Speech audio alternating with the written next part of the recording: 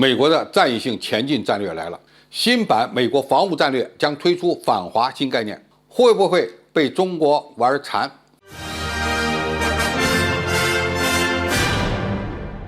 观众朋友、网友朋友，大家好，我是付天少。据美国防务新闻网站近日报道，美国海军和海军陆战队开始推动向前作战的战略，并称这对威慑中国至关重要。即将出台的美国国防战略将强调向前运动作为未来行动的支柱，这意味着美军作战力量将最大化地逼近中国。美国海军陆战队司令大卫·伯杰最近表示，让海岸警卫队、海军陆战队一直向前推进，不是一直战斗，而是一直向前，让国防部长更好地了解他面前的事情。他说，向前推进战略代表着要达成威慑对手的第一次机会，不管中国将防线延伸到多远，美军都要保持存在感，也就是说，美国要提前到达那里，让中国防线的推进变得更加困难。美国海军作战部长麦克吉尔迪表示，一支持续存在的舰队可能会让中国采取行动时三思而后行，或者至少有助于确保世界看到真正发生的事情。这一点可以理解为美军会靠前部署，盯着解放军的一举一动，就算不动武干涉，也会让中国有所忌惮。第二集说，我们在西太平洋地区日常这样做的能力至关重要，你不能以虚拟方式做到这一点，你必须在那里向盟友和伙伴保证看到中国军队的活动，及时的公布行动细节。美国海军陆战队还增加了备用部队，以用于未来威慑或攻击中国的行动。也就是说，美军未来会有2支部队来对付中国，一支备用部队以及一支轮换的远征部队。向前推进意味着继续行使航行自由，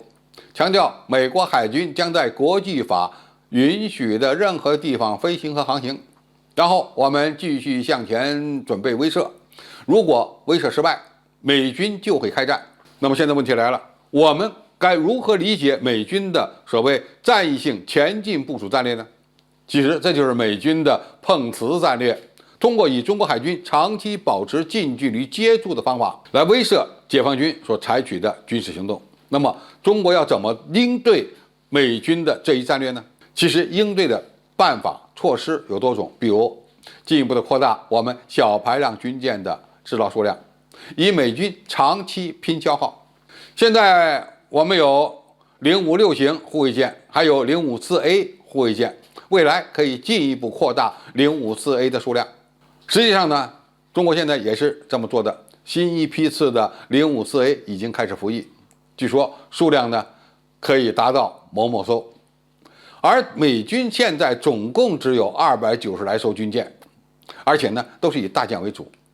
只要美军一直保持所谓的战役性前进部署，那么它耗费的军费以及兵器的折旧就远远的高于中国海军。而我们的最大优势就是在家门口活动为主，不管美国派来的是什么样的军舰，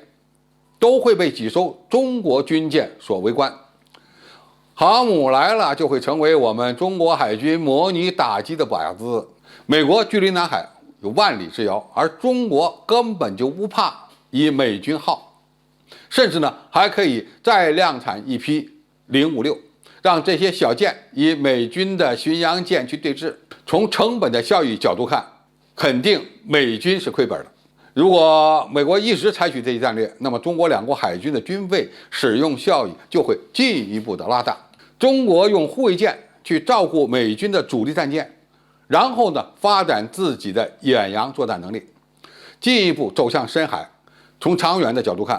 尽管美国的军费开支会不断增长，但是它照样有枯竭的那一天。何况这仅仅是中国海军的力量，中国空军力量强大，也完全可以助人民海军一臂之力，看谁能耗得过谁。好，今天的评述就到这里，谢谢大家收看，我们下期再见。